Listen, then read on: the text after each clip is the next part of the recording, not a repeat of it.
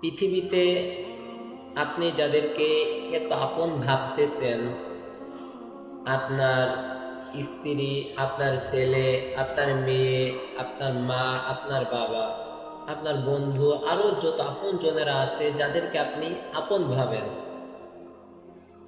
আপন ভাবার পরেও আপনাকে ঠকিয়ে যারা চলে যায়, আপনি একটা জিনিস চিন্তা করবেন, যারা ঠকায় চলে যায় তারা কখনো আপনাকে ভালোবাসে নাই।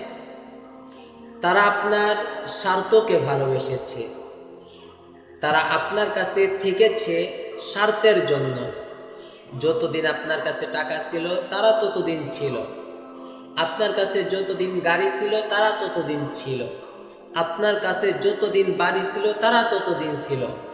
কিন্তু যখন আপনার কাছে টাকা নেই, গাড়ি নেই, বাড়ি নেই, কোনো কিচ্ছুই নেই, সব আপনার শেষ হয়ে গিয়েছে, তখন আপনাকে তারা ঠকিয়ে যদি চলে যায়, আপনি সহজ ভাষায় বুঝে নেবেন যে তারা আপনার আগেও ছিল না, এখনও নেই, পরবর্তীতেও থাকবে না। কারণ তারা আপনার কাছে আসছিল স্বার্থের জন্য। স্বার্থ শেষ, ভালোবাসাও শেষ, দয়া শেষ, মায়া শেষ, ভালোবাসাও শেষ। কিন্তু প্রকৃত ভালোবাসা তো তখনই হয় যখন আপনার কাছে কোনো কিছু নেই, তবু আপনার হাত ধরে পাশে আছে। আপনার ঘরে খাবার নেই, তবুও তারা আপনার কাছে থেকেছে।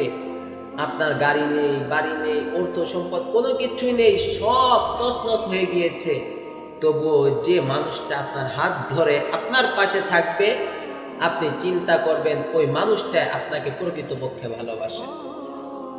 তো এই প্রকৃতপক্ষে ভালোবাসার মানুষ এই সমাজে খুবই অভাব।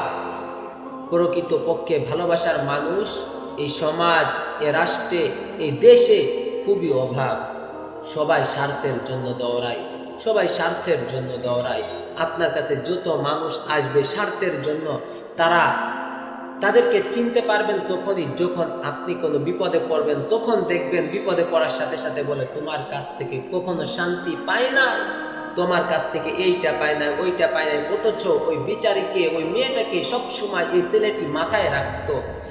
হঠাৎ একটা কারণ বশত তার কাছে টাকা নেই, গাড়ি বাড়ি হয়তো সব কিছু তছনছ হয়ে গিয়েছে, তখন এই ফুটা দিতে থাকে, কিচ্ছুই পাইলাম না, কিচ্ছুই পাইলাম না। হাই রে নারী, তোমরা কত ছলনাময়কারী, তোমাদের মনে তো কোনো ভালোবাসাও নেই, দয়াও নেই, কোনো কিছু নেই।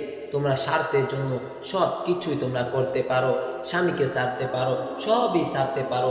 তাই বলি, স্বার্থের পিছে না দৌড়াইয়া নিজের জন্য একটু দৌড়াও, নিজের জন্য একটু চিন্তা করো।